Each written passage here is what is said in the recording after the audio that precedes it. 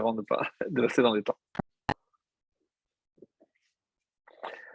Bonsoir mes chers amis et bienvenue donc pour un nouveau cours. Donc, comme le veut la tradition, et c'est ainsi que c'est rapporté dans le Tour et dans d'autres ouvrages, que lorsque le Shabbat précède une fête, alors vous allez me dire le Shabbat que nous allons commenter aujourd'hui, la paracha de Tzav, sera déjà après la fête de Purim. Mais nous, quand on fait le cours, on est la veille de Purim. Donc, on essaiera malgré tout, non seulement de faire un lien, mais aussi d'apporter quelques éléments sur la fête que nous allons, Bezrat Hashem, célébrer, la fête de Purim, le 14 Adar pour la majorité des villes et des endroits et des pays, et le 15 Adar, donc pour nous à Yerushalayim, ce sera le vendredi. Donc en cette veille de Purim et de Shabbat Tzav, donc on va essayer, évidemment, puisque c'est un cours où on fait toujours un petit commentaire sur la paracha, et nous avons une règle, Tadir, Veshe'eno Tadir, Tadir Kodem. Donc quelque chose qui est fréquent et quelque chose qui est moins fréquent. Donc on commence par ce qui est fréquent, et pour nous acquitter de notre devoir de faire un commentaire donc, sur la paracha de Tzav, donc j'ai choisi un petit passage. Vous allez voir, donc je vais simplement vous lire 2 ou 3 versets et que vous allez retenir pour la suite de notre commentaire de ce soir. Alors, il est question au début de la paracha de Tzav, donc de ce qu'on appelle l'offrande d'élévation, de Ola. Et on va passer en détail chacun de ces corbanotes, chacun de ces sacrifices, avec les détails donc afférents à chacun de ces corbanotes. Donc, comment on procède pour tel ou tel sacrifice, pour tel ou tel corban. Donc, à un moment donné, donc nous sommes au verset 3, et on nous précise ici que le Kohen, pour faire sa avoda, son culte, le culte qu'il devait faire dans le Mizbeach, devant le Mizbeach, Velavash HaKohen midoba dominmeseba dilbash al besaro ve'erim et adeshen asher tochal ha'esh et ha'ola à la misbéa, Vesamo et la misbéa. Donc, qu'est-ce qu'il devait faire? Donc, revêtu. Donc, d'abord, avant tout, le Kohen revêtira sa tunique mido bad. Mido, c'est-à-dire à sa mesure, mida, et bad, c'est du lin. Donc, une tunique de lin ajustée. Il fallait que ce soit vraiment, alors je ne sais pas si ça devait être slim pour être considéré à sa taille. En tout cas, une chose est certaine, c'est qu'un Kohen ne pouvait pas mettre des habits qui allaient ou trop petits ou trop grands. Donc, ajuster, c'est à sa taille. Et donc, retenez ce détail parce qu'il sera question aussi de vêtements dans la Megillah, et on va essayer évidemment de mettre l'accent sur ce point sur lequel ne cesse de revenir la Megillah concernant les vêtements. On commence la Megillah en parlant de vêtements, on parlera des vêtements que Mordechai revêt, les vêtements que lui va déchirer, les vêtements que Esther va lui envoyer. Donc, et plusieurs fois, donc, on revient. Donc, est-ce qu'il s'agit ici, en quelque sorte, donc comme si pour servir Hachem, comme le Kohen Gadol, on devait revêtir, on va dire, des vêtements spéciaux, spécifiques. Et plus loin, et c'est ce que j'ai choisi pour commenter avec vous, donc c'est le chapitre 7, au verset 12, il est question d'un korban. Et pourquoi j'ai choisi ce korban, mes chers amis? Parce que la Gemara affirme que lorsque le Beth Amikdash, le troisième des Karov, sera reconstruit très très prochainement, en tout cas les signes précurseurs de ce temps messianique, tous ces signes sont déjà présents, Baruch Hashem. Il ne suffit d'écouter tout ce qui se dit, tout ce qui se passe dans le monde pour comprendre que nous sommes vraiment à la porte de la délivrance. En tout cas, tous les sacrifices disparaîtront, puisque généralement ce sont des offrandes soit délictives pour un délit, soit pour une expiation, soit pour l'élévation. Donc, il restera un seul. Quel est le korban qui restera, même lorsque le temple sera reconstruit? C'est celui dont il est question ici dans ce passage, qui s'appelle Shelamim. Shelamim, donc c'est difficile à traduire. En tout cas, une des meilleures traductions que j'ai trouvées, c'est une offrande de festin. Pourquoi? Donc, vous avez compris pourquoi j'ai choisi celui-ci, et c'est la traduction qui est donnée comme un festin. Donc, et je ne comprends pas le sens de festin. Pour quelle raison on apporte les Shelamim? Alors, Vezot Torah Zevach Shelamim. Donc, ça, c'est le passage, c'est la troisième montée, pour ceux qui connaissent. En tout cas, c'est le verset 12 que je vous lis directement en français pour gagner du temps. Et voici la Torah, la loi de l'offrande de festin de paix que l'on offrira à Hachem s'il offre comme offrande Toda. Im al toda yakrivenu. Si c'est pour une offrande de remerciement. Et c'est exactement ce qui est rapporté dans la Gemara, c'est que le sacrifice qui restera, le korban qui restera avec le troisième temple, c'est le korban toda, celui qui consiste à remercier Hachem.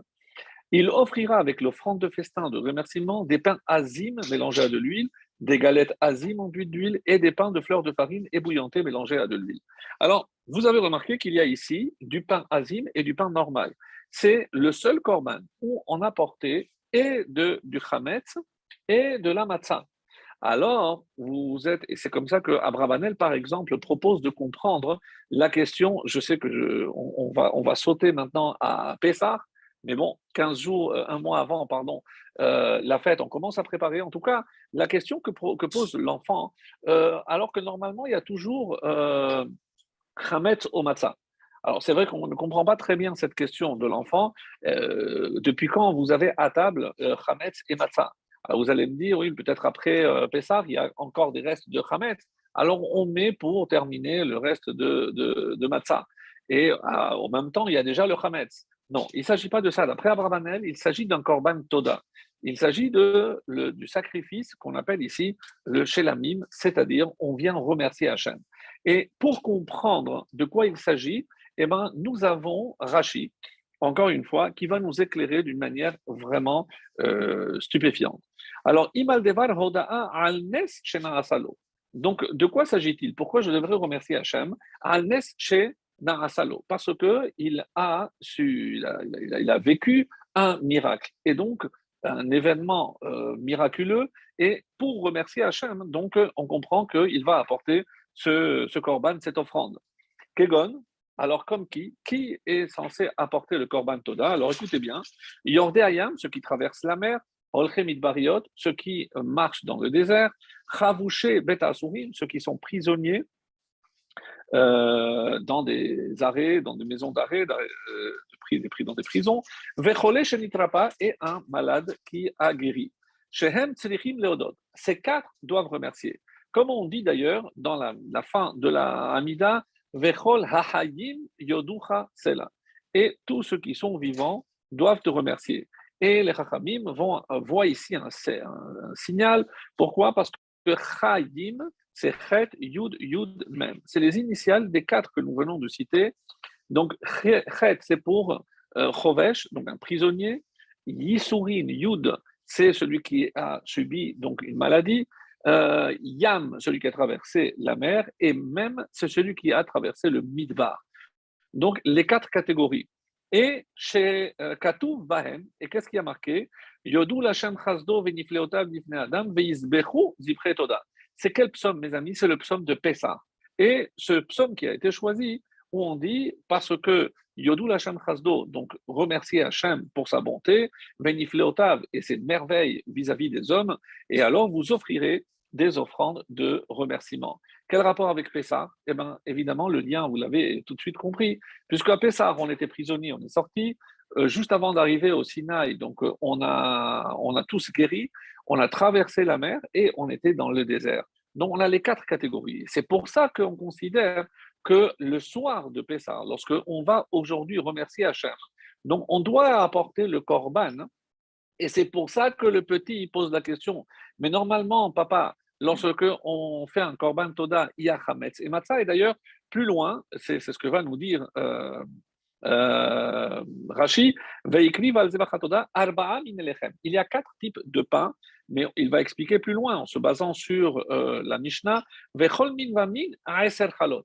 Et pour chaque sorte, il y a 10. Donc, s'il y a quatre sortes et qu'il y a pour chaque sorte 10, donc il y a 40. Sur ces 40, comme ça c'est expliqué dans le traité de Menachot, Veshiurin Chamesh Sein, donc avec quelle mesure? Et donc il y a Shelosha Mine Matzah, donc 30 c'est de la matzah, et 10, donc 10 c'est du pain, du chametz.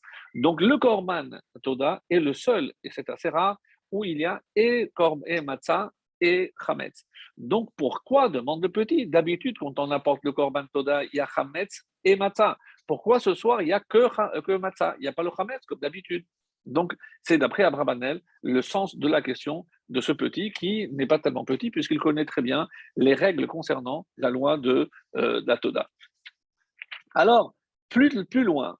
Et on va nous dire, parmi les choses qui sont assez étonnantes, alors, Al-Khalot Lechem Chametz, donc je vais vous lire tout de suite pour vous montrer, donc maintenant, c'est concernant la durée. Pendant combien de temps j'ai le droit de manger? Donc, j'apporte un korban, donc imaginez donc une bête avec 40 pains, que ce soit matzah ou chametz, donc 40.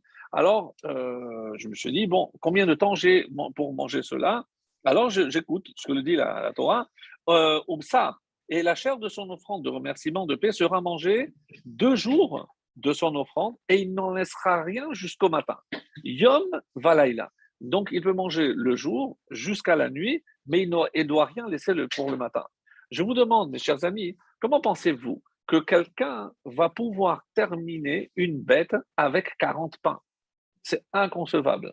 Alors, il y a un commentaire très beau qui dit, pourquoi c'est ce corban qui va rester? Parce que c'est le seul corban où, pour le consommer, j'étais obligé, évidemment que je ne vais pas venir seul. Et c'est pour ça qu'on dit que chez la mime avait une particularité. Comment penser un instant que je pouvais vraiment le consommer en un jour? Imaginons que je viens dans le début de l'après-midi et comment vous voulez que je mange jusqu'au soir? Donc, je ne sais pas moi, 30, 40 kilos de viande avec 40 pains. C'est inconcevable. Et pour évidemment ne pas jeter, puisque on va voir après, si jamais il restait, et s'il restait, il fallait le brûler. Donc, ce serait tellement dommage. Alors, que faisait cette personne lorsqu'il devait venir remercier Hachem pour un des 4 miracles dont on a parlé? Eh bien, il apportait ses amis. Et vous voyez un petit peu le lien aussi avec Pessah, bien sûr. Vous allez me dire, bon, quel rapport? Mais évidemment qu'il y a un lien avec Pessah, puisque à Pessah, tous ceux qui ont besoin de venir manger, qu'ils viennent partager. Et le Corban Pessah aussi, donc on pouvait s'associer entre familles lorsqu'on n'était pas assez nombreux pour pouvoir consommer tout seul ce Corban. De là, et c'est ça ce que je voulais vraiment rapporter, insister sur ce point, c'est l'importance, mes amis, de lorsqu'on a un repas, un festin, et pourquoi on appelle ce festin, ce corban festin, maintenant vous comprenez le sens profond, pourquoi la meilleure traduction de Shelamim, Shalem, et comme Rachid a dit aussi, parce qu'on dit Shalom, une partie pour les Kohanim, une partie pour était brûlés, les minimums qu'on brûlait, et parce que ça faisait la paix entre tout le monde, parce que tout le monde, évidemment, avait une part à cette offrande. Mais aussi parce que même tout seul, je n'aurais jamais pu, évidemment, venir à bout de cette offrande, vu la quantité. Donc, je venais avec des amis. Et c'est ça ce qu'il faut retenir, et ce qui est vraiment très beau, c'est que quand je remercie Hachem, je fais partager, un peu comme Pirsum Hanes, et oui, donc on est parti à Hanouka, mais c'est pas grave. Donc Pirsum Hanes, parce que j'ai eu un miracle, et je veux le partager avec autrui. Comment? Parce que je vais l'inviter à partager ce festin.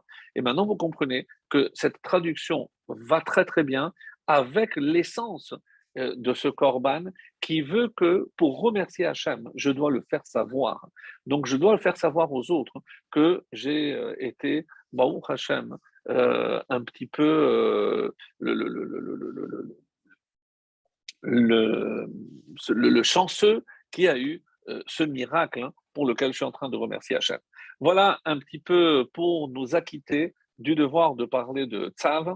Donc, évidemment, donc, comme vous avez certainement remarqué, on a essayé de faire le lien et un peu avec Purim et aussi avec Pessah. Mais on va maintenant rentrer un petit peu plus dans le vif du sujet par rapport à Purim. Mais avant tout, et avant d'arriver à Purim, j'avais une dette à savoir que lorsqu'on a parlé et la semaine dernière et aussi cette semaine, puisque plus la semaine dernière, on avait expliqué que lorsque on devait offrir une offrande à Hachem, et je préfère ce terme d'offrande que sacrifice, on avait expliqué que on pouvait offrir de tout type d'animal, même de la volaille et même de la farine, comme on vient de le voir, mais il y avait une espèce qui est resté un petit peu hors jeu. Donc, il y a une espèce, et c'était la question à laquelle vous étiez censé réfléchir, pour quelle raison la Torah a exclu définitivement l'offrande de poisson? Vous allez me dire, parce que le poisson n'est pas considéré comme la viande. En effet, comme vous le savez, dans la règle qui incombe au non-mélange de lait et de viande, le poisson n'est pas considéré comme de la viande, ce n'est pas bassar.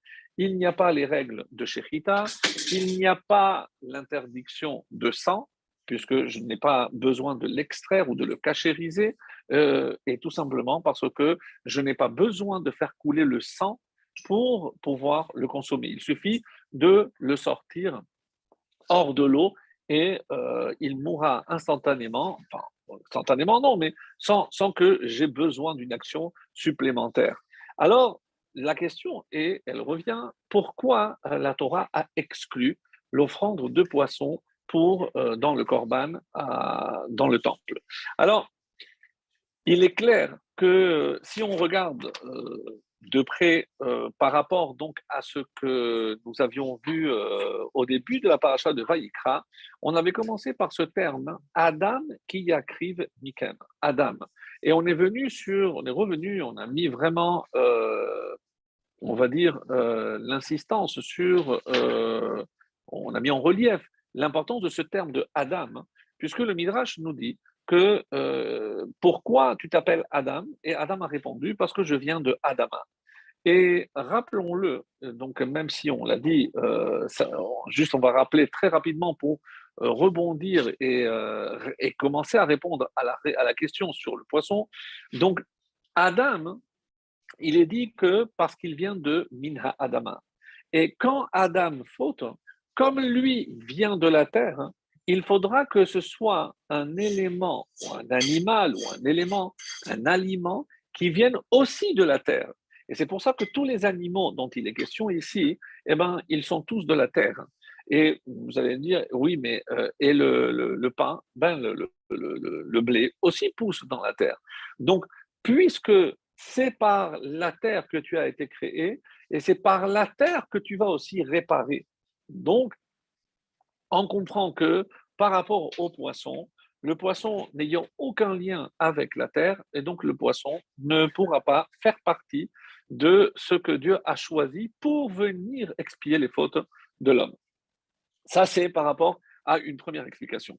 Alors, comme dit le Midrash, dag kulo min hamaï. Donc, le dag, le poisson, qui vient entièrement de l'élément eau, et l'élément eau, comme il n'a pas participé à la création de l'homme, même si on sait que l'homme contient aussi une partie liquide, mais minha adama, donc d'abord on vient et on explique que c'est par rapport à son essence et la matière dont il a été créé. Alors, euh, quand on parle maintenant de poissons, il y a aussi une autre différence. La différence avec les poissons, c'est que les poissons, eux, donc comme vous le savez, à part les poissons qui sont considérés comme des mammifères, mais généralement, eux, n'ont pas d'écailles, le dauphin, le requin, la baleine. Donc, eux ne sont pas considérés vraiment, d'après la Torah, comme de vrais poissons. Qu'est-ce qui sont considérés comme vraiment des poissons? Eh bien, la Torah éclaire notre lanterne en disant qu'il faut ces deux signes, à savoir les écailles et les nageoires. Donc, voilà ce qui est considéré comme faisant partie de l'espèce des poissons. Alors, et l'autre particularité des poissons, c'est que, comme dit le texte du Midrash, Molidim Betzim. Donc, ils ne donnent pas naissance à des petits poissons, comme les mammifères, mais à des œufs. Et c'est pour ça qu'ils sont exclus. Et là, évidemment, vous êtes en train de vous poser la question, mais je la pose avant que vous ne le fassiez. Oui, mais la volaille aussi, puisque les oiseaux aussi, on considère qu'ils ne sont pas des mammifères comme nous, mais ils pondent des œufs. Alors, quelle est la différence? Et même si ça a l'air choquant, mais pour les poissons, il n'y a pas de lien de maternité. Donc, c'est pas parce que la mère pond les œufs que la mère va garder un lien M al-Habanim de la mère sur les enfants. La preuve, c'est que même une mère peut manger ses propres enfants, donc il n'y a pas de problème. Et sous l'eau, on sait qu'il y a des espèces, donc les poissons, ils se mangent entre eux, donc sans aucun scrupule. Donc il n'y a pas ce respect de la famille, c'est-à-dire la mère et l'enfant, et alors que pour les oiseaux, même les corbeaux, même si on considère que l'ivene orevacher ikraou, lorsque les petits du corbeau appellent, hein, donc c'est là où Hachem répond et on dit, comme ça c'est rapporté dans le Midrash, pourquoi les corbeaux, rappelez-vous, je pense qu'on a vu ça ensemble, parce que les corbeaux, lorsqu'ils naissent, sont blancs. La mère, lorsqu'il voit des petits oiseaux blancs, il se dit, ceux-là, ils ne sont pas à moi, elle les abandonne. Donc, comment Hachem se préoccupe de nourrir même les petits du corbeau qui ont été abandonnés par leur mère, croyant que ces petits ne sont pas à elle. Quoi qu'il en soit, on voit ici qu'il y a une règle extrêmement importante, c'est qu'il faut impérativement que ce soit l'homme qui puisse être expié par un élément qui vienne aussi de la terre. Et pourquoi? Parce que n'oublions pas que le premier, ça on en avait parlé, que le premier qui a apporté un corban, c'est Adam. Adam, donc on considère que s'il a apporté un corban, une offrande, et on avait expliqué que c'était un taureau avec une seule corne, et il lui a dit, toi tu es seul, moi je suis seul, donc que vienne celui qui est unique et vienne expier la faute de celui qui est unique, en parlant de lui-même. Alors, on dit que s'il a pu apporter une offrande, c'est qu'il a fauté par inadvertance, c'est-à-dire bishgaga. Et en effet, un des arguments que Adam a opposé à Hachem quand il lui a dit est-ce que tu aurais mangé de l'arbre? Alors on sait très bien que il s'est excusé en prétextant que c'était sa femme. Mais c'est pas pour rejeter la faute. On avait expliqué, même si j'insiste, je reviens sur ce point que je trouve extrêmement important, c'est parce qu'il a dit mais la femme, tu me l'as donnée pour m'aider. Donc, quand elle m'a proposé, pourquoi je vais m'opposer? Parce que je pensais que c'était ton émissaire, ton envoyé. Comme on le verra à propos de Sarah, Dieu lui-même dit à Abraham, tout ce que Sarah te dira, tu écouteras. Donc, lorsqu'on a la chance d'avoir une femme inspirée par Hachem, donc on est évidemment censé écouter tout ce qu'elle nous dit, puisque elle nous a été donnée par Hachem pour nous aider. Donc, Ezer, Kenegdo, et même lorsqu'elle s'oppose à nous, c'est comme cela qu'elle est censée nous aider. Alors, ça, c'est une explication. Mais maintenant, quand on dit que c'est Bishkaga, qu'est-ce qu'il a dit Adam? Il a dit, mais Hachem, qu'est-ce que tu peux me reprocher? Comment tu m'as créé? À partir de quoi? Tu m'as créé à partir de la terre. Mais ça, est-ce que vous le saviez déjà? Que le premier élément créé par Dieu qui a fauté, c'était précisément la terre. Pourquoi? Parce que quand Hachem a demandé à la terre de faire pousser des arbres, des arbres fruits, c'est-à-dire que l'arbre était censé être entièrement fruit. Mais la terre a réfléchi, ou évidemment l'ange préposé sur la terre a dit, mais si je crée des arbres fruits, lorsque les hommes arriveront, ils vont tout dévorer. Donc, ce n'était pas ça son problème. Le problème de la terre était justement de créer ce que Dieu lui avait demandé. La terre a désobéi. Donc maintenant vient Adam et dit, mais Hachem, qu'est-ce que tu espères de moi? Tu as utilisé un élément qui est déjà quelque peu défectueux. Tu as utilisé la terre pour me créer, mais la terre, elle, t'a déjà désobéi. Donc qu'est-ce que tu attends de moi lorsque l'élément que tu as appris pour me créer, c'est la terre elle-même? Évidemment que je ne pouvais faire autrement que de fauter. Voilà comment Adam s'est défendu et très sincèrement, c'est un plaidoyer qui tient largement la route. Et c'est pour ça que on considère que cette faute est considérée bishkaga par inadvertance, et c'est pour ça qu'il a porté le korban. Alors, donc pour nous, ce qui est très important, et on va évidemment comprendre par la suite, c'est que ça doit être un animal qui est kshurim lahorim, des animaux qui ont un attachement aux parents. Et vous allez me dire, mais qu'est-ce que ça peut changer? Oui, parce que c'est ce modèle-là qu'Hachem a choisi pour que l'on puisse expier nos fautes à nous. Donc, il fallait prendre des animaux, et on va voir un autre texte dans la Gemara aussi, que lorsque vous voulez expier vos fautes, qu'est-ce qu'il dit à Hachem? Prenez toujours min hanirdafin velo min harotfin. Prenez des animaux, ceux qui sont toujours pourchassés, poursuivis, et pas ceux qui pourchassent. Autrement dit, regardez toujours les victimes. Et dans la Torah, on a toujours vu que c'est celui qui est pourchassé, c'est celui qui a le dessus. évidemment un clin d'œil à Mordechai. Les Juifs étaient pourchassés, c'est les Juifs qui vont se retourner. Nahaforhu, tout va se renverser et c'est le chasseur qui sera chassé et c'est celui qui voulait pendre qui sera pendu, comme la fin de l'histoire de la Megillah nous le rapporte. Alors, seulement, Kol ma sheba min ha'adama yachol lechaper et ha'adam. Et donc, on retient cette règle, donc qui automatiquement exclut le poisson. Seul ce qui vient de la terre pourra expier les fautes de celui qui vient de la terre aussi, c'est-à-dire Adam.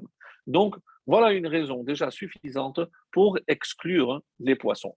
Mais on ne va pas s'arrêter là, bien sûr, puisque dans Choulin, par exemple, on nous dit que pour les animaux de tout ce qu'on mange, les béhémotes, donc il faut couper, sectionner les deux simanim. Quels sont les deux simanim? Je pense qu'on l'avait déjà vu aussi. C'est la trachée artère et l'œsophage, ce qu'on appelle dans le langage de la halakha, les deux simanim, je dois couper les deux. Pour le off, donc il suffit de un siman, même si aujourd'hui, d'après les chachamim, donc on fait aussi les deux. Et pourquoi un siman? Parce que le off, il est entre Maïm et Adama. Donc, il est entre, ou plutôt, entre Shamaïm et Adama. Donc, il peut être et dans le ciel et sur la terre. Comme il est entre les deux, il suffit d'un siman. Et le dag, eh ben, le dag, comme il n'est que dans l'eau, il n'y a pas l'élément terre. Donc, pour lui, il suffit, il n'y a pas de shechita, il suffit de le retirer de l'eau. Alors, au début, et on va voir un petit peu plus profondément, quand Adam a fauté, c'est suite justement au conseil donné par Chava. Chava, qui, comme dit le texte, vatiten gam le ishto. Donc, comment on voit ici, comme le texte nous dit, dans le début de Bereshit, lorsque elle avait déjà mangé, mais elle va elle aussi donner à son mari.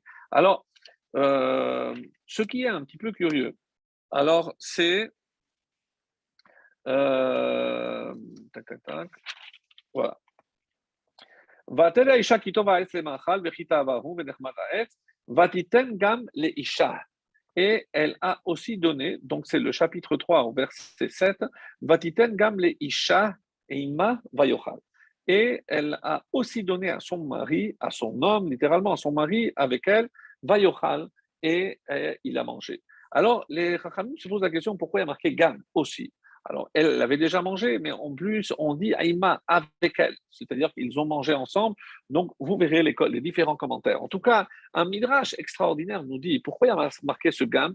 Parce que Chava, au moment où elle a donné ce fruit, on dit, quand le midrash rapporte, qu'elle a fait goûter à toutes les créatures.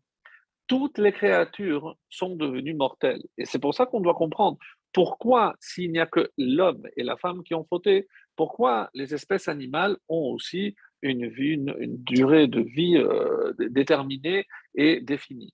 Alors, c'est de là que vient justement le fait que Chava a donné à manger et à goûter à tous les animaux, sauf aux poissons.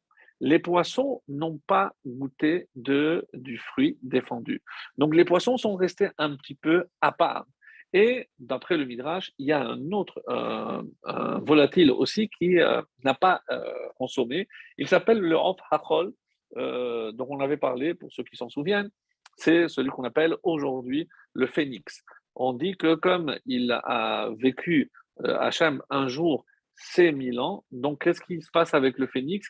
Il vit 1000 ans, au bout de 1000 ans, donc il brûle, et de ses cendres, il renaît. Donc une légende reprise par d'autres cultures, mais c'est dans le Midrash, et donc nous on l'a appelé Of Hachol, donc l'oiseau du sable, mais on sait très bien que il s'agit ici du phénix. Alors, Rabbi Tzadok HaKohen va nous donner quelque chose d'extrêmement intéressant. Et le Shabbat, donc, comme les poissons n'ont pas mangé, alors eux, ils n'ont pas besoin de tikkun. Et c'est pour ça que, d'après certains, le premier repas, le premier mets que l'on mange le Shabbat, c'est précisément les poissons. Donc, si pour l'instant vous croyez qu'on est juste en train de parler des poissons, vous allez vous rendre compte que on va faire revirement, puisque juste pour que vous compreniez où je vais en aller, où je vais arriver, c'est que le mazal, le signe du zodiaque de Hadar, du mois de Hadar, c'est précisément Dagim, poisson. Donc, évidemment, on va finalement retomber sur nos pieds, vous allez voir.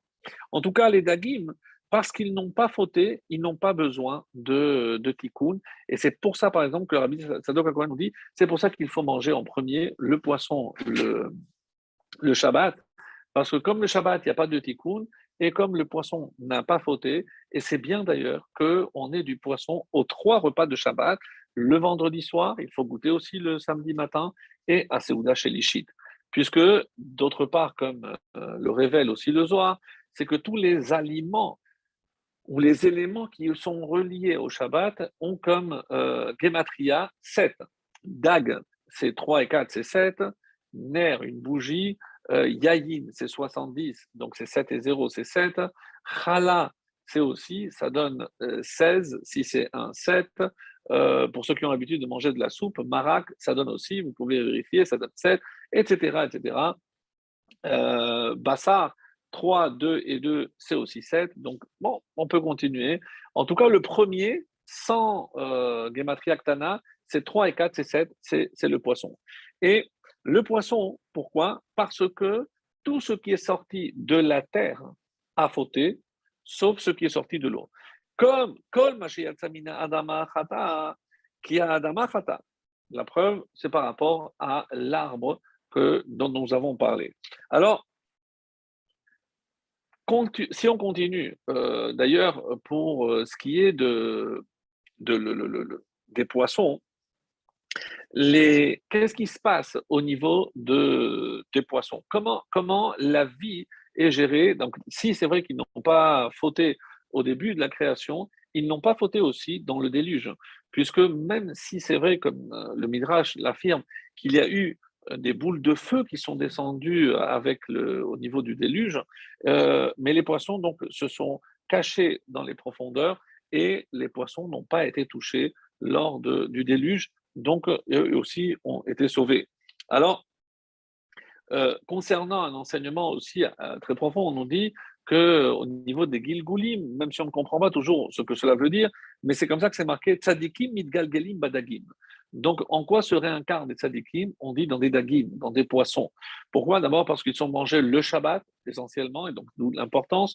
Et d'ailleurs, ceci dit, il y a une coutume, comme vous l'imaginez, la Séouda, le festin, le michté de Purim, on a évidemment l'obligation de manger de la viande et de boire du vin.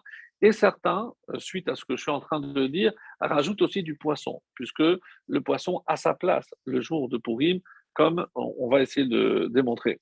Donc, et pourquoi les tzadikim reviennent en poisson? Parce que les poissons n'ont pas besoin de tikkun, vu qu'ils n'ont pas besoin de shechita, donc on n'a pas versé le sang.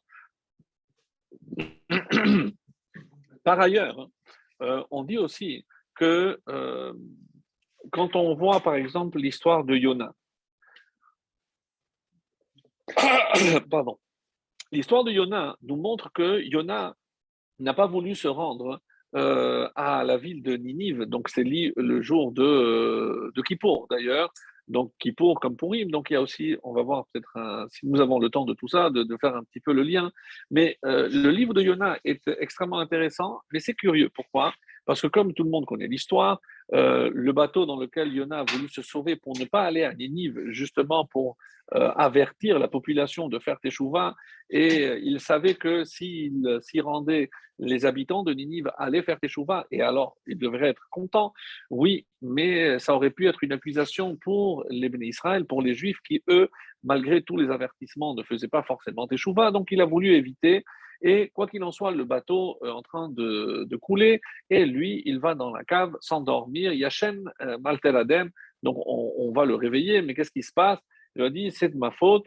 Et ils ont fait un test, ils l'ont mis dans l'eau. Dès qu'il touchait, les pieds de Yona touchaient l'eau, la tempête se calmait, il soulevait, elle revenait, et ils ont dit, qu'est-ce qu'on doit faire? Vous devez me jeter à l'eau. Donc, c'est ce qu'ils vont faire. Hachem va envoyer un gros poisson, et là, le Midrash nous dit des choses assez étonnantes. D'ailleurs, si Hachem voulait faire un miracle, plutôt que de choisir le moyen de locomotion, un poisson qui devait l'avaler, pourquoi pas un grand vent qui pouvait l'amener directement jusqu'à Ninive, sans passer par le poisson. Alors, il y a une très belle explication qui nous dit que Hachem a voulu que Yona voit quelque chose. Qu'est-ce que Yona a vu? En tout cas, Dieu s'est préoccupé que à l'intérieur du poisson, il avait tout confort. Donc, on dit que c'était pareil à un palais, donc il avait tout le confort. Et à travers les yeux de ce poisson, il voyait ce qui se passait à l'extérieur. Donc, une sorte de sous-marin, si vous voulez. Alors, quand Yona a vu, il se pose la question, mais qu'est-ce que Hachem voulait lui montrer? Donc, qu'est-ce que Hachem voulait lui montrer? Pourquoi c'est toute cette expérience-là? Et il a vu quelque chose de remarquable, c'est qu'il a compris que les gros poissons mangeaient les petits poissons. Et au niveau de la mer, malgré tout ce qu'on peut dire évidemment sur les poissons, mais il n'y a pas d'ordre, c'est-à-dire il n'y a pas de hiérarchie. C'est la raison essentielle pour laquelle, par exemple, dans la Torah, on ne donne pas de nom de poisson, alors que chaque animal a un nom. Quand Adam Arishon a nommé les animaux, il n'a pas nommé les poissons. Pourquoi tel poisson s'appellera ce saumon, celui-là la truite? Non, il n'y a pas de nom. En hébreu, il n'y a pas de nom pour les poissons. Et un enseignement très beau nous dit pourquoi? Parce que quand il y a un nom, c'est qu'il a quelque chose à nous enseigner. Qu'est-ce que je peux apprendre des poissons? Par exemple, comme la Gemara dit, si Hachem ne nous avait pas donné des règles de propreté, on aurait appris du khatoul, du chat, ne pas être paresseux de la fourmi, etc., etc. Donc, et c'est lié à l'essence même de son nom. Mais du poisson, je n'ai rien à apprendre, donc ils n'ont pas reçu de nom. Et Yona devait voir, je dis voilà, ce que Hachem lui donne comme leçon, regarde, si tu n'interviens pas, regarde à quoi va ressembler. Si justement j'ai créé la Yabasha, j'ai créé la terre ferme, c'est parce que sur la terre ferme, je veux qu'il y ait un ordre, je veux qu'il y ait un jugement, je veux qu'il y ait des règles, des lois, pas comme à l'intérieur de l'eau où les espèces se mangent elles-mêmes. Donc un poisson peut manger quelqu'un de son espèce. Donc je ne veux pas que en dehors de l'eau, ça soit comme ça. Donc maintenant que tu as vu à quoi peut ressembler la terre lorsqu'il n'y a pas de règles, lorsqu'il n'y a pas d'ordre, lorsqu'il n'y a pas de justice, maintenant que tu as compris la leçon, eh ben, il a ordonné au poisson de déposer Yona sur les rives de Ninive, et on a compris, on connaît la fin de l'histoire. Donc, ceci pour nous montrer que, et c'est ça ce qui est.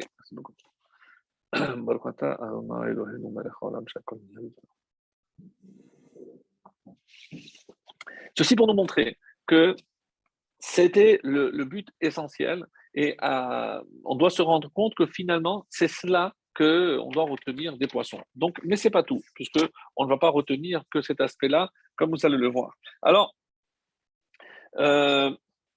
il y a une autre explication aussi très intéressante, parce que si je dis que ces animaux doivent monter sur le misbéach, c'est aussi parce que eux ont fauté. Et donc, quelque part, comme ils doivent aussi eux-mêmes recevoir une expiation, une bracha d'Hachem, ils montent sur le misbéach. Et comme les poissons n'ont pas fauté, ils n'ont pas besoin de passer par cette étape qu'est le misbéach.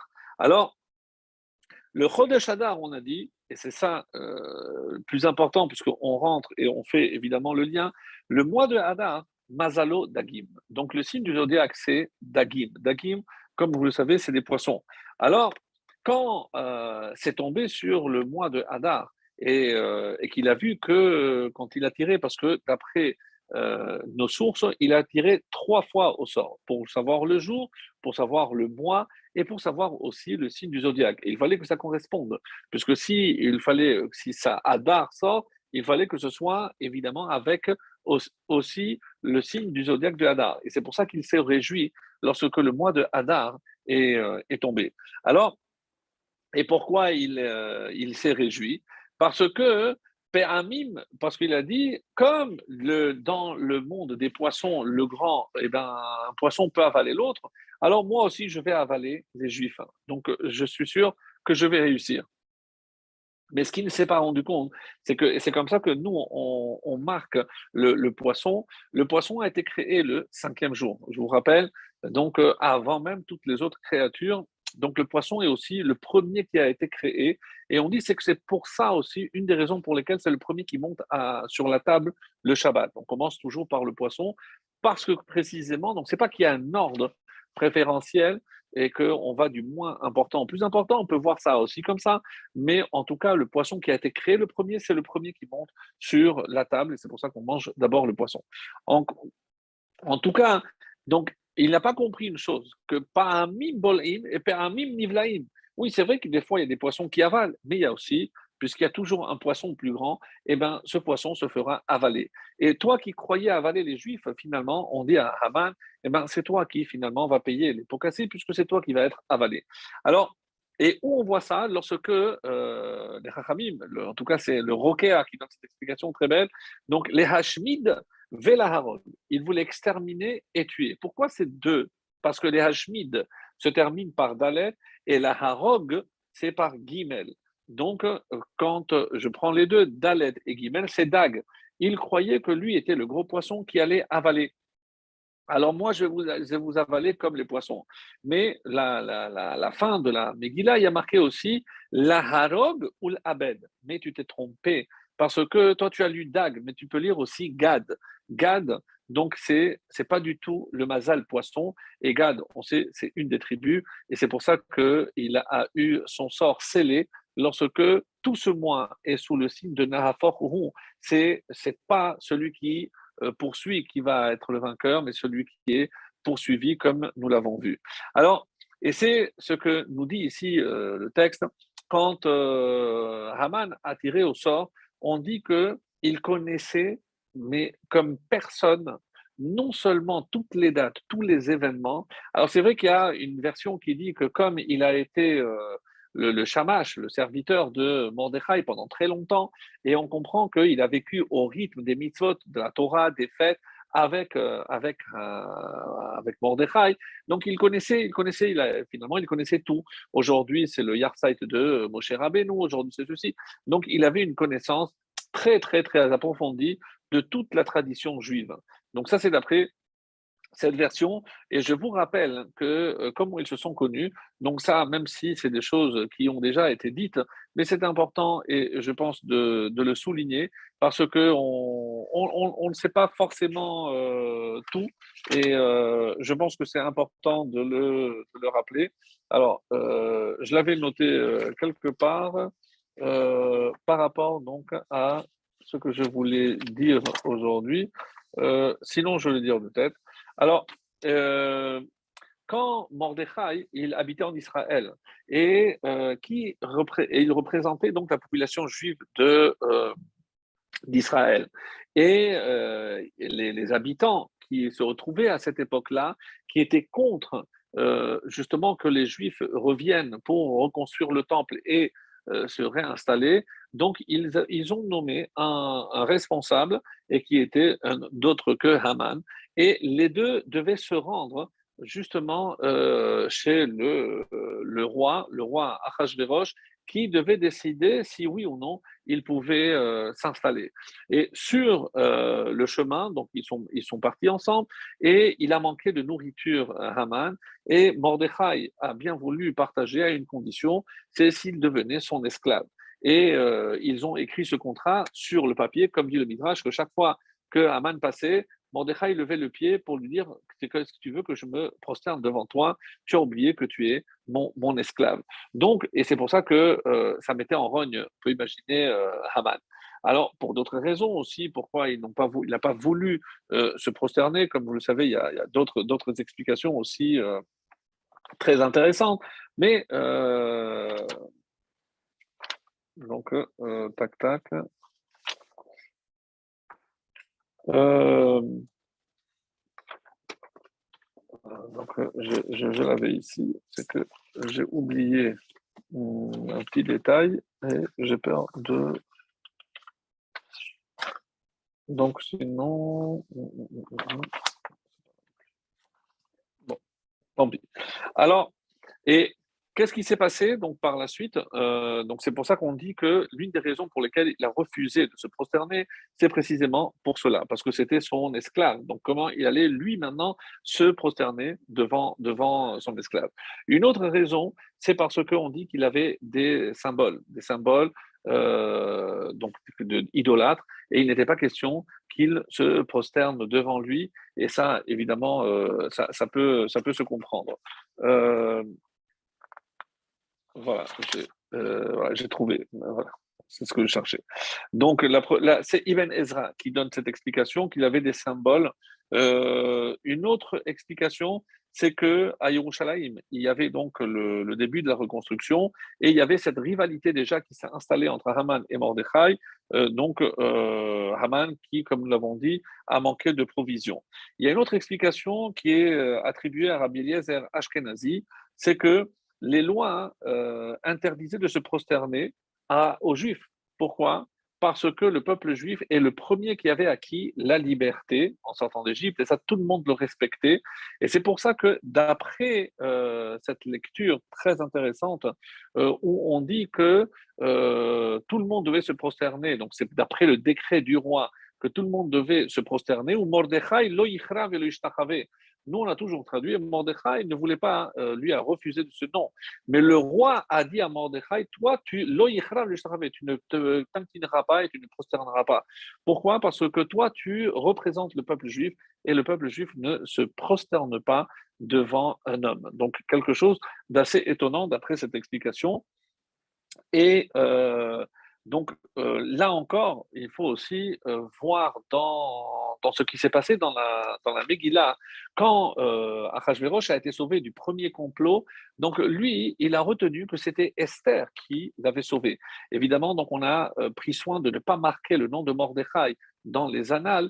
En tout cas, il y avait deux types d'annales, comme vous le savez. Celui qui va retrouver lorsque il aura cette fameuse nuit, l'insomnie, et c'est là où il va trouver, il va dire, ah, mais Mordechai, moi je ne crois pas que j'ai jamais récompensé Mordechai. Et là, tout va commencer à changer, bien sûr. Mais ce qui est intéressant, c'est que Achashverosh, quand il a nommé Haman, il pensait que c'était pour rendre service à Esther, puisque Esther a été choisie parce que au moment de punir Vashti, c'est Memouchan qui a proposé de tuer Vashti. Et donc, il s'est dit, donc ça doit être son ami. Mais Mouchan, qui n'était autre que Haman, comme vous le savez, comme c'est précisé. Donc, et lui, il pensait que quand il a nommé Haman vice-roi, donc son second, c'était pour rendre l'appareil. Ça, c'est d'après une version. En tout cas, ce qui est très étonnant, c'est que malgré toutes ces explications que l'on peut donner, aucune n'est rapportée dans la Megillah. La Megillah ne donne pas de réponse à cette explication. On dit parce qu'il est descendant de Binyamin. Binyamin ne s'est jamais prosterné devant Esav, alors que tous les autres s'étaient prosternés. Donc, il y a plusieurs explications. Mais en tout cas, si on retient que le nom d'Hachem n'apparaît pas, c'est parce que s'il était apparu à un endroit, on aurait pu imaginer qu'à cet endroit, Dieu oui, il a eu une intervention, mais pas dans le reste. Non. Le fait que son nom n'apparaisse pas dans toute la Megillah nous prouve au contraire qu'il est du début jusqu'à la fin. Et c'est ça ce qui est étonnant, mes amis. Parce que quand je commence à lire la Megillah, je suis presque un peu déçu. Pourquoi? Parce que de quoi on parle? On nous dit qu'il y a un concours de beau, avant le concours, mais qu'il y a un roi un peu fou qui a fait une fête, il a invité tout le monde, il a voulu que sa femme vienne tout nue. Mais qu'est-ce que j'en ai à faire, moi, de lire ça dans une choule, dans la synagogue, sur la Teva, devant les Sifrei Torah, raconter l'histoire qui a eu lieu, une histoire qui a eu lieu dans la cour d'un roi perse? Mais qu'est-ce que j'en ai à faire? Qu'est-ce que ça peut nous faire? Pourquoi là, tellement que certains pensaient que la Megillah aurait dû commencer par Ishirudi, lorsque Mordechai intervient. Mais qu'est-ce que j'ai besoin de connaître tous les détails? Oui, pour que je comprenne. C'est la halakha, avant même de lire la Megillah, avant même de prononcer les brachot, qu'est-ce que je fais? Je déroule toute la Megillah. Ce que je ne fais pas, par exemple, dans le Sefer Torah, lorsque je sais qu'il y a 6 colonnes qui doivent être lues pour une paracha, on ne m'a pas dit il faut tout ouvrir, ni pour montrer, ni pour lire. J'avance au fur et à mesure, je déroule. Mais pour la Megillah, avant même de commencer à lire, il faut que je la déroule. Parce que si je veux que la Megillah ait un sens, il faut que je sois capable de voir du début jusqu'à la fin. Et Hachem est depuis le début. Quoi, même dans la cour, pour savoir ce qui se passe avec ce roi fou qui veut une fête de sang? Oui, même à ce moment-là. Et surtout, j'ai envie de dire à ce moment-là. Donc, tous les événements sont importants et c'est comme ça que je dois lire non seulement la Megillah, mes amis, mais toute l'histoire, puisque toute l'histoire de notre peuple, lorsque il y a certains passages que je ne comprends pas, eh ben, je dois le voir, évidemment, quand je prends du début jusqu'à la fin. Et c'est pour ça que jusqu'à la fin, on n'aura pas la réponse à toutes nos questions. Cela va de soi. Et c'est pour ça que même si la révélation cesse à ce moment-là, mais la providence continue. Hachem n'a jamais quitté le bateau de l'histoire.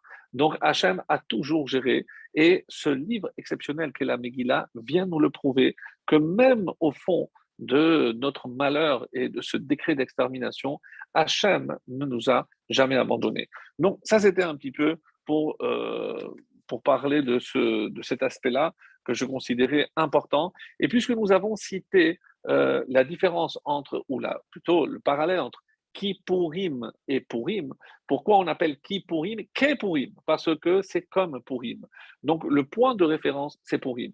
Ce qui peut nous paraître extrêmement aberrant. Comment je peux comparer une fête comme Purim à Kippour? Kippour, c'est l'abstinence, c'est la teshuva, c'est la prière.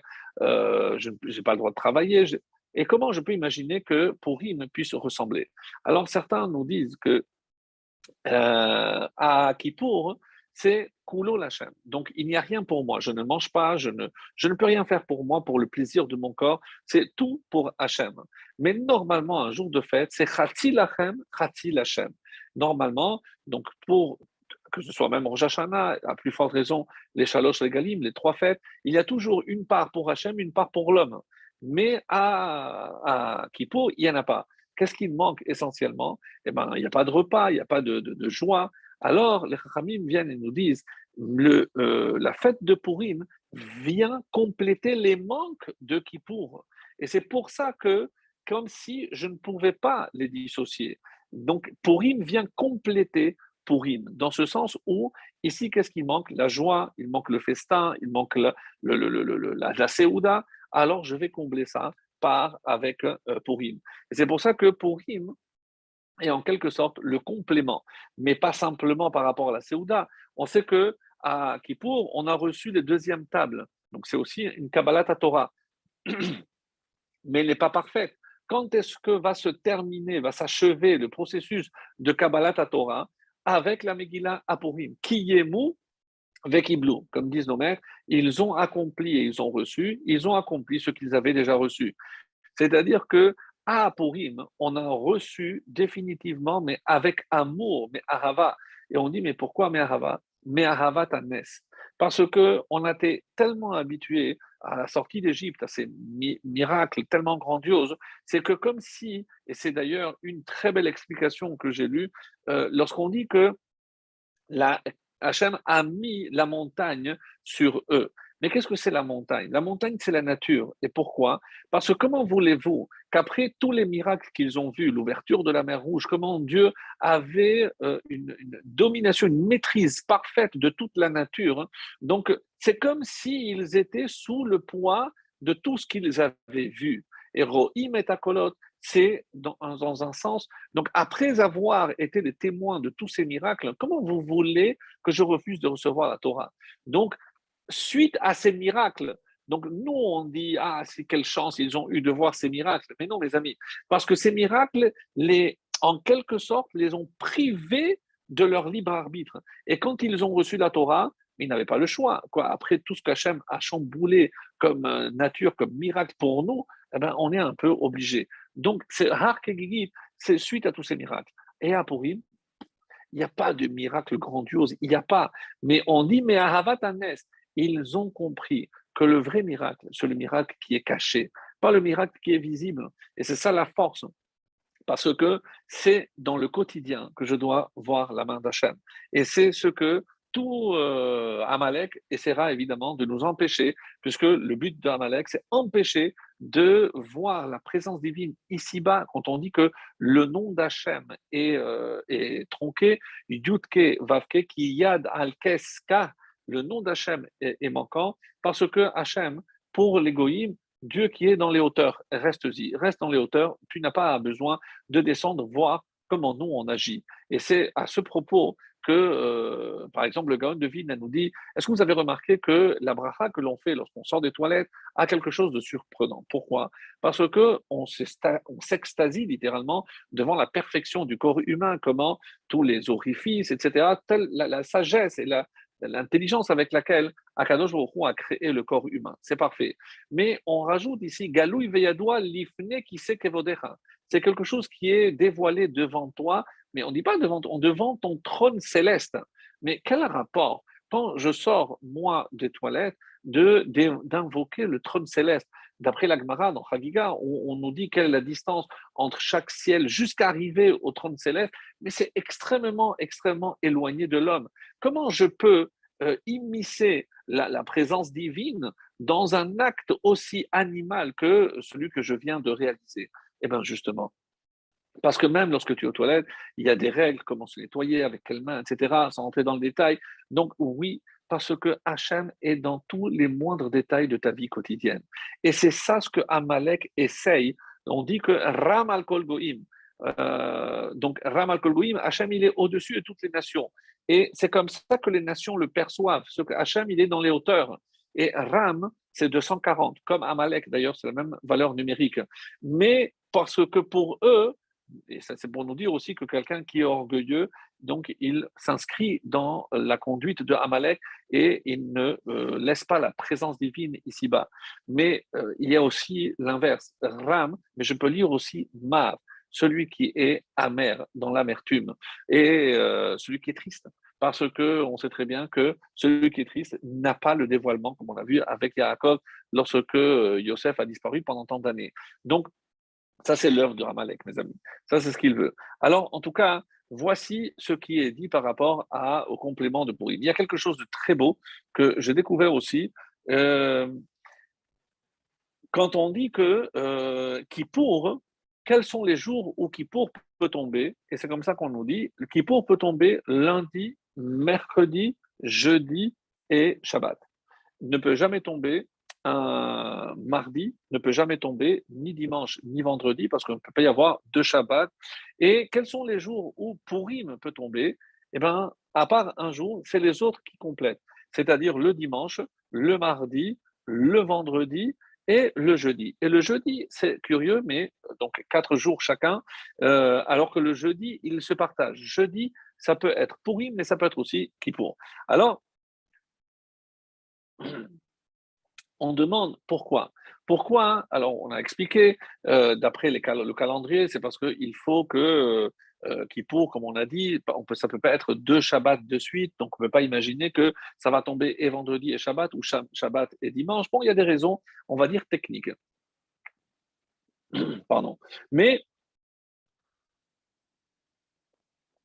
on dit également que lorsque je regarde par rapport à la création, si je vois ce qui a été créé chaque jour de la création, alors c'est Kippour qui symbolise la Kedusha et la Tahara, la pureté.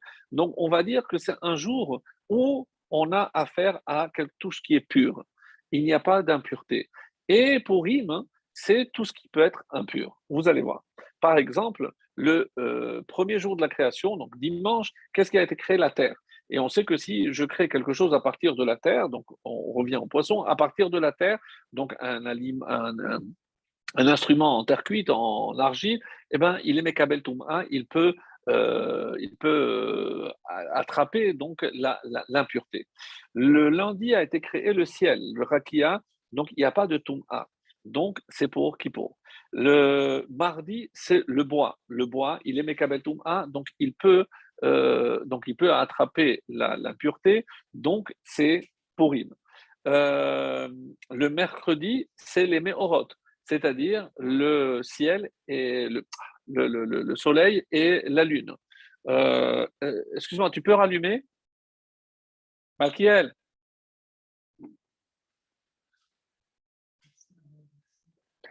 le mercredi, c'est le ciel et le soleil et la lune. Donc, il n'y a pas de Toum'a. Après, le jeudi, et on avait dit que c'était la seule exception, c'est les poissons et la volaille. Et c'est marqué donc dans la Gemara qu'il y avait une catégorie de poissons, les œufs de certains poissons et les ailes de certains volailles, donc qui, oui, peuvent attraper l'impureté, pas d'après la Torah, mais d'après les Chachamim seulement. Et c'est pour ça qu'il y a ici donc un changement. Et le vendredi, donc, qui a été créé, les animaux et l'homme, et ils peuvent recevoir, comme vous le savez, la Toum'a. Donc, quand je regarde, tous les jours où il n'y a pas de Toum'a, c'est Kippour. Et les jours où il y a la Toum'a, même des Rabbanan, normalement d'après la Torah, le jeudi, c'est-à-dire les poissons et la volaille, il n'y a pas de Toum'a. Mais les Chachamim ont dit oui à une certaine catégorie. Donc, du coup, comme il y a une partie qui a oui une forme d'impureté, alors ça tombe aussi Kippour, Purim. Alors maintenant, on pose la question, mais qui est plus fort? Alors on dit c'est Purim. Pourquoi? Parce que Purim tombe les jours où il y a l'impureté, et Purim, par la force de ce jour, peut rendre ces jours impurs purs. Ça, mes amis, c'est la force de Purim. Et c'est pour ça qu'on dit que on prend comme référence Purim et que Purim est supérieur à Kippour. Et d'ailleurs, c'est ce qui restera, comme il est marqué. Alors, quand on dit que les autres jours, les jours de fête vont être Bétélim, alors tout le monde se pose la question, mais la Torah, on ne peut pas changer un iota. Comment je peux imaginer que lorsque le Mashiach va venir, eh ben, toutes ces fêtes, on ne va pas les célébrer? Comment je peux imaginer une chose pareille? Non, mes amis, alors on dit Bétélim, elles seront comme nulles. Pourquoi? Parce que devant la grandeur de Purim, on voit bien que Kippour fait donc c'est comme si Kippour perdait de son importance. Lorsqu'on va voir les fêtes qu'on va célébrer par la suite, eh ben, les miracles de Pessah, ben, c'est rien à côté des miracles qu'on va vivre, Bezrat Hashem, lorsqu'on verra la venue du Mashiach. Et c'est pour ça que Bétélim, il s'annule. Pas que la fête s'annule, mais c'est que tous ces miracles seront presque annulés devant les miracles que nous allons vivre, Bezrat Hashem, Bekarov. Alors, et je voudrais terminer, puisque donc c'est vrai que c'est encore très long, mais je ne pourrais pas évidemment tout dire. Mais il y a ici un passage très très beau dans je ne sais pas si pour les Ashkénazim, vous savez qu'ils ont un chant très, très beau à la fin de la récitation de la Megillah, un chant qui commence par Shoshanat Yaakov, Tzahala Vesamecha. Alors, quel rapport la rose de Yaakov? Qu'est-ce que Yaakov vient faire ici? Pourquoi cette rose? Et pourquoi ils se réjouissent? Bir otam yachad techelet Mordechai. Lorsqu'ils vont voir la couleur techelet, donc la couleur bleu ciel de Mordechai. Quel rapport? Quel rapport? Alors, il est dit, et ça c'est extrêmement intéressant, lorsque Yaakov devait rencontrer Esav, il a demandé Hatilenina miyad achi miyad Esav. Donc, sauve-moi de la main de mon frère, de la main de Esav. À qui faisait allusion Yaakov? Alors, le Balatourim nous révèle ici quelque chose de formidable. Si je prends les premières lettres de Hatileni na miyad, sauve-moi de la main, eh ben c'est He, Nun et Mem, ça forme le mot Haman. Yaakov ici prie pour que ses descendants soient libérés de la main de Haman. Aucun lien avec Esav, mais il s'est projeté déjà dans la fête de Purim. Et une allusion à cela se trouve dans le psaume 124. Écoutez bien comment on peut le lire. Shila Ma'adot de David, donc cantique des montées de David, Loulé Hachem chez Hayalanu. Si Hachem n'avait pas été pour nous, Yomarna Israël. Donc qu'Israël le dise. Ça, c'est une traduction simple. Mais Yomar, si Hachem n'avait pas été avec nous, on répète Loulé Hachem chez Hayalanu, à quel moment Hachem aurait pu ne pas être avec nous? Bekum alenu Adam. Lorsque se lèvera contre nous Adam. Et qui est cet Adam d'après les Chachamim? C'est Haman. Haman qui se considérait lui Adam. Azai Chayin Belaono. Alors il nous aurait avalé comme les poissons, rappelez-vous, vivants. Bacharot apambanu, dans l'ardeur de leur colère contre nous. Et pourquoi ici apam, la colère de qui? de tous les habitants des 127 provinces qui auraient prêté main forte à Haman pour exterminer tous les Juifs. Alors, et grâce à quoi on a été sauvé? Yomar, parce qu'il dira qui na Israël. Israël, c'est Yaakov. Et qu'est-ce qu'il va dire? Na. Hatileni na. Et là, c'est une allusion justement à ce passage où Yaakov a prévu et a prié pour que Hachem nous sauve de la main de Haman. Alors, alors, justement, par rapport à cela, on dit, pour revenir sur une autre catégorie aussi des poissons, pourquoi demande le Shlach HaKadosh, hein, le poisson, parce qu'on ne comprend toujours pas comment ça se fait que Haman, quand il a été content parce que c'était le signe des poissons. Certains disent que c'était Hadar 2, et il s'est réjoui parce que Hadar 2, il n'y a pas de signe du zodiaque. Ça, c'est une autre version, mais il y a aussi ce qui est dit par rapport au poisson, c'est que le poisson ne parle pas, il est considéré comme il aime. Et c'est vrai qu'on dit tout à l'heure qu'on ne doit rien apprendre on n'a rien à apprendre du poisson, sauf une chose, c'est le silence. Pourquoi? Parce que on dit que contre Amalek, Haman, c'est le silence qui prévaut. Comment on va le voir? Qui est la première personne qui s'est tue alors qu'elle aurait pu dénoncer certains méfaits? On dit que c'est Rachel.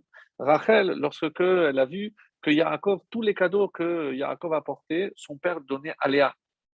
Alors, qu'est-ce qu'elle a fait Rachel? Elle aurait pu aller voir Yaakov et lui dire arrête de donner des cadeaux parce qu'ils ne me parviennent pas. Non, elle s'est tue.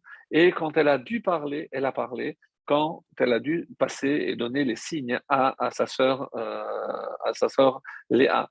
On dit que et Amalek ne tombera que par les descendants de Rachel qui a su se taire. Et ça, c'est ce qu'on apprend des poissons qui, eux, ne parlent pas. Et pourquoi? Parce que le premier qui va lutter contre Amalek, c'est Yehoshua, qui est de la tribu de Ephraïm, Ephraïm de Yosef, donc Yosef de Rachel. Shaoul, qui va aussi le premier lutter contre Amalek, qui est aussi de la tribu de Binyamin. Et Mordechai, évidemment, comme Esther, qui sont aussi de la tribu de Binyamin, donc de Rachel. Pour nous montrer que le silence, mes amis, c'est ça ce qui est important. Et on dit qu'un des seuls muscles qui ne se fatigue jamais dans le corps, on dit que c'est la langue. C'est vrai que le corps se fatigue de parler, mais pas la langue. La langue pourrait bouger et parler sans discontinuer. Et comment expliquer cela? C'est normal, puisqu'il y a marqué dans les Pirkei Avot, Velo matzati lagouf tov mishetika. Je n'ai rien trouvé pour le corps mieux que le silence. Pourquoi pour le corps? Parce que le corps, lui, se fatigue. Mais la parole, rappelez-vous, quand il a insufflé un souffle de vie, c'est la parole. Donc la parole est liée à l'âme. Et de la même façon que l'âme est infinie, la parole peut être chez l'homme quelque chose d'infini. Mais le corps ne peut pas tenir, évidemment, puisque le corps, lui, se fatigue. Alors, En Amalek Nofel, comme on a dit, Ela Bide Rachel. Et donc là, on apprend, et c'est là une des raisons aussi par rapport à cela. Et c'est étonnant que notre ami Haman ne le savait pas, mais quand on fait le tachlir, là encore, on cherche qu'il y ait des poissons. Et pourquoi? D'après le Shlach HaKadosh, très très belle explication, Le'orer Aina Pikra d'Israël. Parce que de la même façon que le poisson, on cherche évidemment tout ce qu'il y a de bon, de côté positif dans les poissons, on dit que les yeux ne se ferment jamais. Autrement dit, on dit à Hachem, comme le poisson a toujours l'œil ouvert, eh ben, toi, garde toujours un œil sur nous pour nous protéger. Et c'est pour ça qu'on dit, on vient reconnaître nos fautes, on sait qu'on a fauté à Hachem, mais on te demande quand même de garder un œil bienveillant sur nous. Et dans une des histoires où le, le poisson a parlé, donc d'ailleurs, quand on a dit que Rachel n'a pas parlé, ben Binyamin non plus, et lui, il connaissait toute l'histoire de la vente, il s'est tu. Shaoul, lorsqu'on lui a demandé, alors qu'il venait d'être nommé roi, il s'est tu aussi. Esther, en Esther, Magedet Molata, qui la Mordechai lui a dit de se taire. Donc Esther, là encore, fait preuve de silence Donc, d'où l'importance de ce silence qui peut aussi être une arme très puissante comme contre Amalek. Rabbi Akiva, rappelez-vous, lorsqu'on a dit, mais tu es fou d'enseigner la Torah, il a donné cet exemple avec le renard et les poissons, le renard qui dit aux poissons, mais si vous avez peur de vous faire attraper, alors sortez. C'est toi qu'on dit intelligent, normalement c'est toujours le renard qui a le fin mot de l'histoire, et ici, c'est vrai que les poissons ne parlent pas, mais quand ils parlent, c'est pour dire quelque chose de sensé, et comme pour nous comparer, nous, aux poissons, quand on est dans la Torah.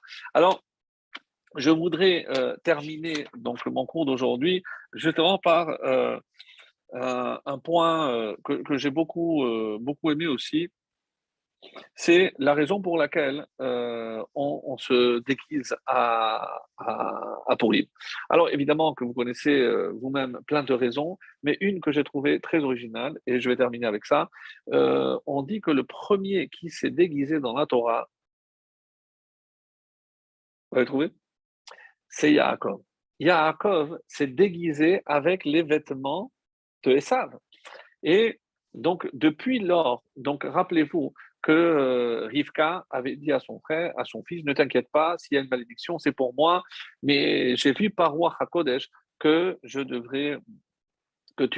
toi qui dois avoir les bénédictions.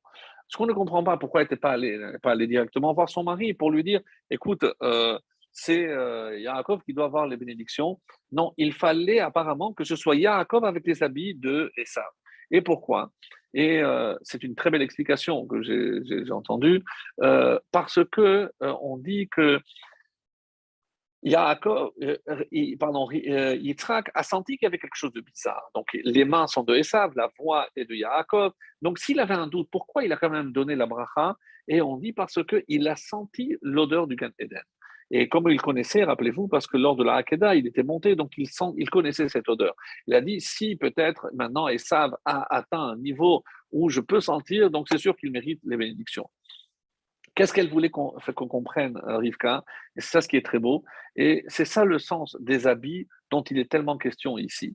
Pourquoi? Parce que regardez, dans la Megillah, on commence par les habits, va-t-il, même au Mordechai, Lavash, Bigdé, Malchut, donc lui aussi, lorsque même Yosef va donner à Binyamin 5 vêtements supplémentaires, c'est parce qu'il a vu que son descendant va mettre 5 vêtements.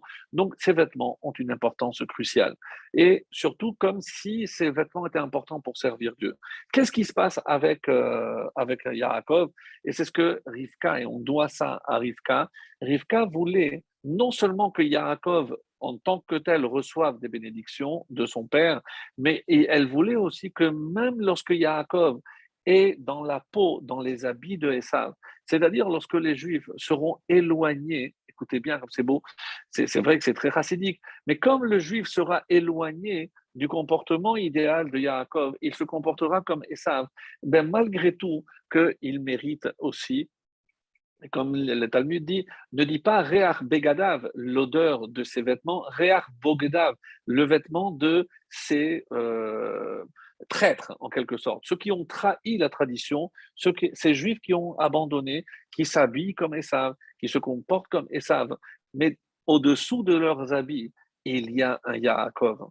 Et Rivka a voulu que ces brachot aillent même à ces juifs-là.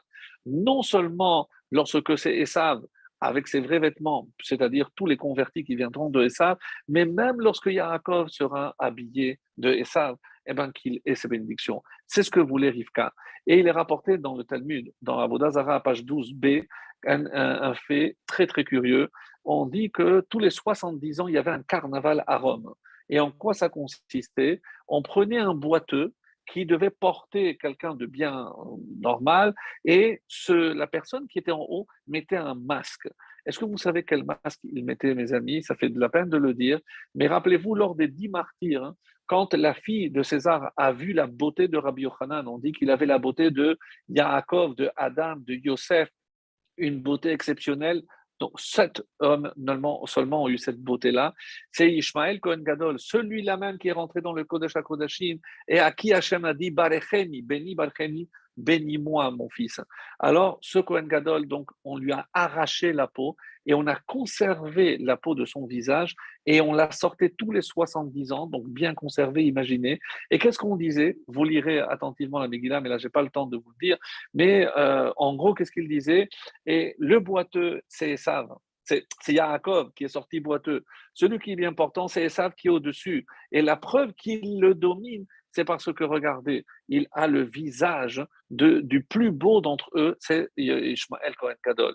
Et il disait, regardez, maintenant le fils, à quoi ça lui a servi de se déguiser pour voler les bénédictions? Regardez comment il est humilié, il est en bas. Mais attention au jour où il sera en haut et que nous, on sera en bas. Et c'est ce jour-là qu'on attend. C'est ça, mes amis. Quand nous, on cherche à se déguiser, mais on cherche à se déguiser pour révéler le Yaakov qui est en nous. Et des fois, on doit mettre un masque pour savoir qu'à l'intérieur, justement, se cache justement un Yaakov. Alors que Bezrat Hashem, donc on soit méritant. D'abord, de voir Hashem enlever son masque à lui, se dévoiler réellement, nous révéler sa présence, nous dévoiler son Mashiach pour pouvoir vraiment nous réjouir, que déjà, d'ores et déjà, on puisse se réjouir. Et comme on l'a dit au début, ce jour de Purim a une force extraordinaire. Donc, profitons-en pour justement demander à Hachem de nous accorder tout ce dont on a besoin, la santé, bien sûr, les enfants pour les mariages, pour ceux qui le veulent. Donc, en ce jour de Purim, Bezrat Hachem, qui précède la Géoula, eh bien, qu'on voit tout ne veut s'accomplir surtout, et avec la révélation définitive de la Shekhinah d'Hachem sur la terre. Amen.